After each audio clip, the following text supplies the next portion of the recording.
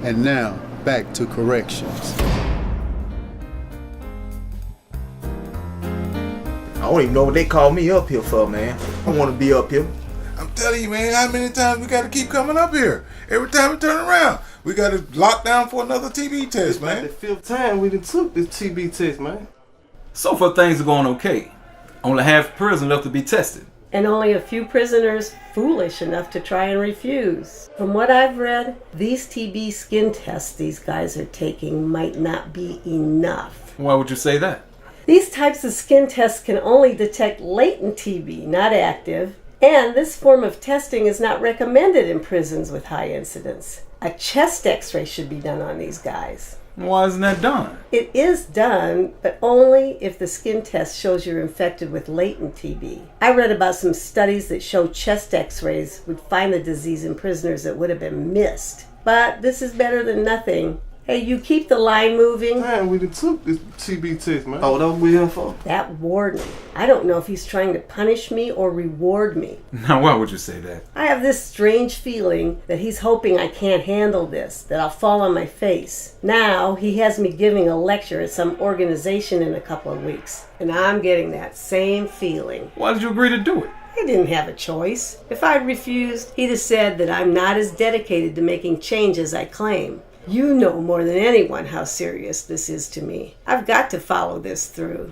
To be honest, you've taken this further than I thought you would or could. I'm really impressed. Thanks, but I couldn't have done any of it without you. You should do the lecture with me.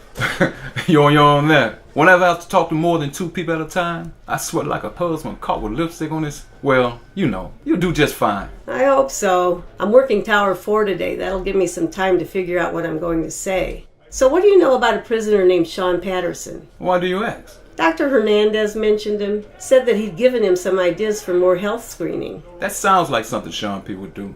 I often see him making sure older guys make it a pill call, pushing guys in wheelchairs to child medical appointments. He's a good guy. I've talked to him a few times. In fact, you two have the same kind of ideas when it comes to the changes in this place needs to be made. I'll try to get around to talking to him. Sounds like someone I need to meet. That best be soon. He's being released tomorrow.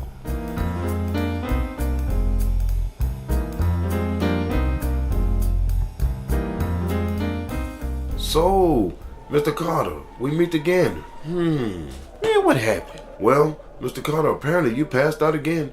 Would you mind telling me what you can remember? I'm gonna tell you a damn thing. Mr. Carter, I'm just trying to help you. I was talking to my mom and she was telling me about all the problems and she's sick and my brother and he's in the hospital and he got shot. I'm sorry to hear that, Mr. Carter. Well, I started shaking and my heart went to beating fast and I got a funny headache. And that's all I remember. Next thing I know, I woke up in here looking at your funky mustache. Mr. Carter, stress is something, though dangerous, is not taken very seriously. It kills a huge number of Americans.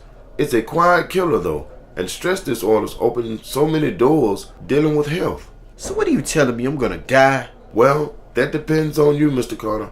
However, it does seem to me that you are suffering some sort of stress disorder, and we need to know what it is, and yes, it can kill you.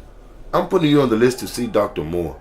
She's the prison psychology therapist, and she can talk to you and let me know if she thinks any medication is needed. Medication? Hold on, Doc.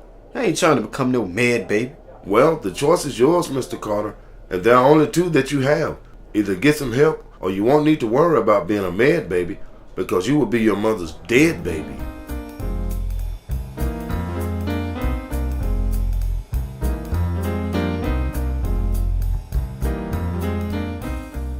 Hey, don't even think about missing the next episode of Corrections. You might regret it if you do. Corrections is dedicated to the memory of Mr. Chalmers Wright. Thank you to the employees at the William E. Donaldson Correctional Facility and to the Alabama Department of Corrections. Thanks also to those who generously supported the making of this program through donations to the UAB crowdfunding site. These are the actors that performed this drama in their order of appearance. Officer Brandon was played by Ronald McKeithen. Dr. Jonas, Nia Carter, and Mrs. Carter were played by Ashley Conaway. Officer Dorothy Martin was played by Connie Kohler. Johnny Gunn was played by Hassani Jennings. Jimmy Henderson was played by Christian Spanks. Ron Carter was played by Mark Giles. Charles McCracken was played by Johnny Mac Young. Mrs. Day was played by Contenna Moore. Sean Patterson was played by James Rogers. Dr. Hernandez was played by Stacy Manning. Officer Crawford was played by Curtis Henderson. The Warden was played by James Head. Officer Nichols and Sergeant Hope played by Greg Wynn. Skillet played by Demetrius Huckabee. Understudies and extras: Jeffrey Williams, Michael Thomas, Cornelius Bridges, Derek Singleton, and Calvin Ford. And I am Destry McKinney, your announcer. Corrections was written by the inmates at Donaldson Correctional Facility under the guidance of Lee Shackelford. It was performed by the inmates under the direction of Dennis McLerner. Both are at the University of Alabama at Birmingham Department of Theater. Production assistants were Caroline Dorina, Ashley Conaway, along with James Head, sound engineer. Corrections is brought to you by the UAB School of Public Health and PCI Media Impact, and executive producer Dr. Connie Kohler. Lead producers include Dr. Janet Bronstein, Dr. Elizabeth Delzell, Dr. Yoko Kawamura, and Robin Parencio. Producers include Angela Ballman, Sheila and Clarence Blair, Elizabeth Hunter, Maggie Lerner, Dr. Chuck and Katie Mann, Mona McCarty, Geraldine Powell, Dr. Arvind Singhal, and Paul Wolf. Many thanks to the generous supporters of this program.